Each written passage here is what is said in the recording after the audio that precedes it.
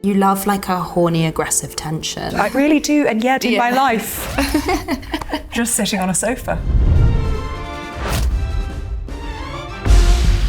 Hey, I'm Charli XCX. And I'm Emerald Fennell. And this is our YouTube Watch History. The first video is Pour It Up by Rihanna. This music video is out of control. She is a goddess. She looks so hot. I'm just obsessed with like the opening shot of this video, the coat in the water, it's dripping. It's like so many levels of I don't give a f. I mean, come on, she doesn't have to do anything. She's just sitting in a chair and it's amazing. She's not one of us. It's just the epitome of like effortless. Yeah, and also I love that she's like, I'm just gonna be at home for a bit now, bye. I love that. So cool. Doesn't need it, doesn't need it. Doing it because she loves it, doesn't need it. Okay, the first one is the making of The Shining. Cook a little rice with it or something, will you? Something, you know, either rice or noodles.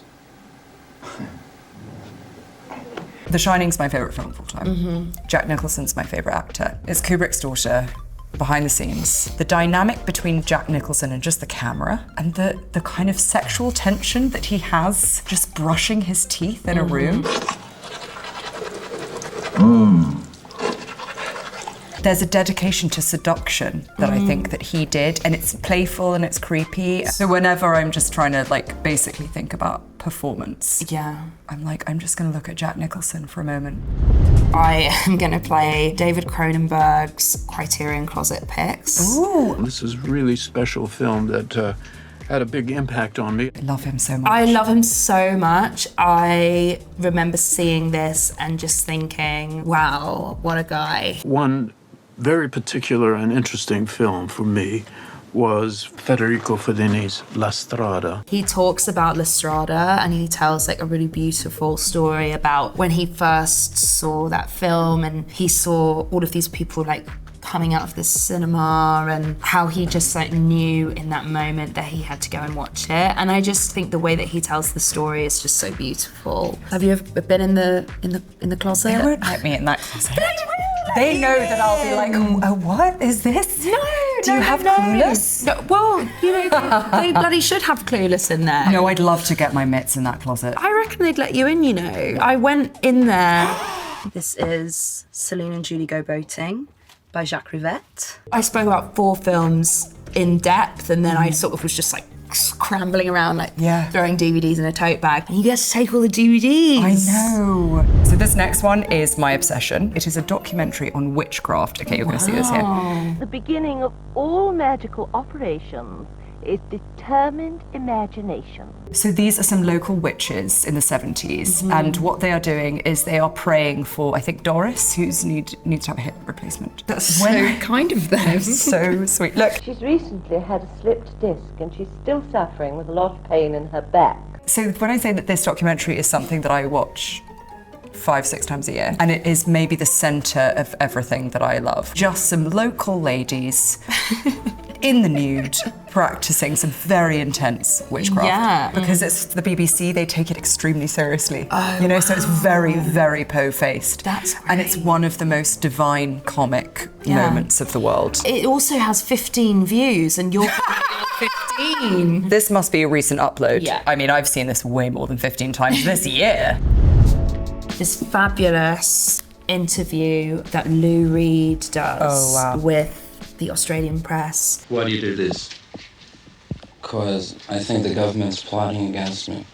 Why do you say that? He's just kind of like constantly lying and constantly contradicting himself. To me, I don't know, it's just absolutely pure rock star energy. And I love like his level of performance, you know, he's like taking it beyond the music, beyond being on stage and like putting persona into interview and every sort of interaction you have. And I think that is just like a brilliant artist. Lou Reed and the Velvets and obviously John Cale was a really big inspiration for the music we were making for Wuthering Heights. Venus in Furs in particular, and also like a lot of John's music. That was our starting point for a lot of the soundtrack.